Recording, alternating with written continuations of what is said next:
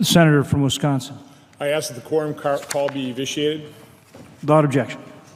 Mr. President, as chairman of the Subcommittee on Europe and Regional Security Cooperation, I rise today in support of Montenegro's accession to the North Atlantic Treaty Organization, also known as NATO. NATO is a defensive alliance founded in 1949 to provide collective security against the threat posed by the Soviet Union. Although the world had hoped that threat had subsided with the collapse of the Soviet Union, under the rule of Vladimir Putin, Russia has become an ever-growing menace to its neighbors and to world peace and security. As a result, NATO remains as relevant today as it was in the year of its founding. As Defense Secretary General James Mattis stated in his January confirmation hearing, quote, "If we did not have NATO today, we would need to create it." NATO has invoked Article 5 of its charter, which states that an attack against one member shall be considered an attack against us all, only once in its history, in response to the 9/11 attacks against America.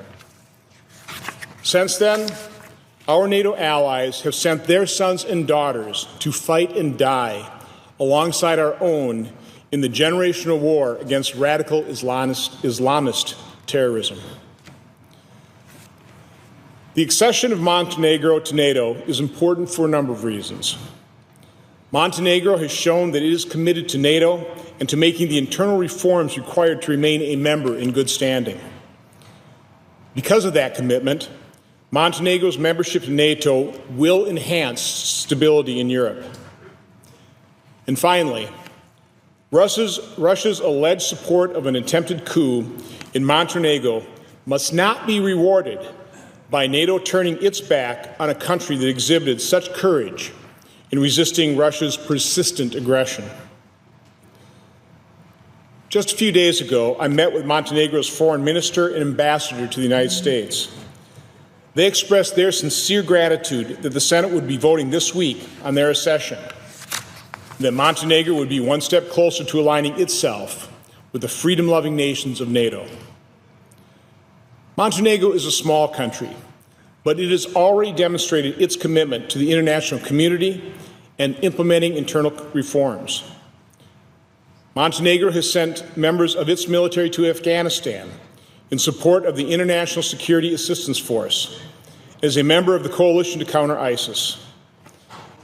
In the years leading up to its formal invitation to join the alliance, Montenegro has partnered with NATO members to make a wide range of changes to strengthen its military, its intelligence operations, and its rule of law.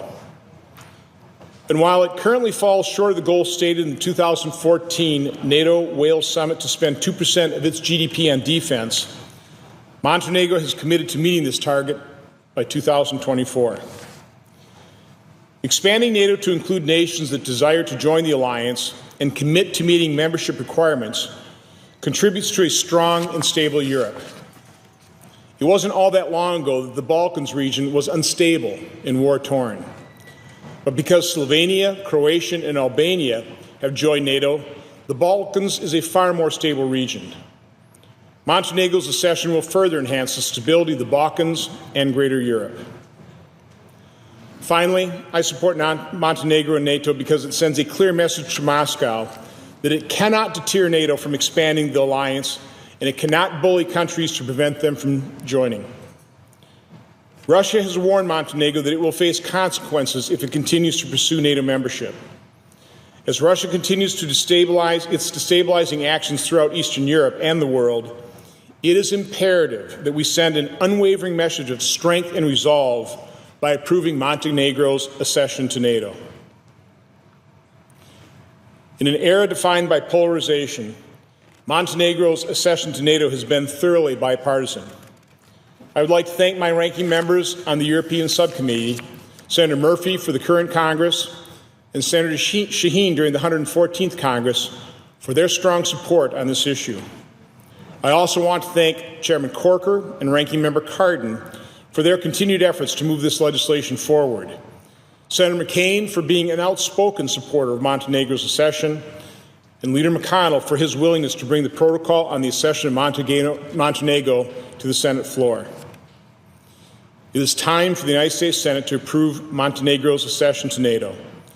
The Senate Foreign Relations Committee has twice unanimously approved this measure, and Secretary of State Tillerson has communicated this administration's full support for Senate passage.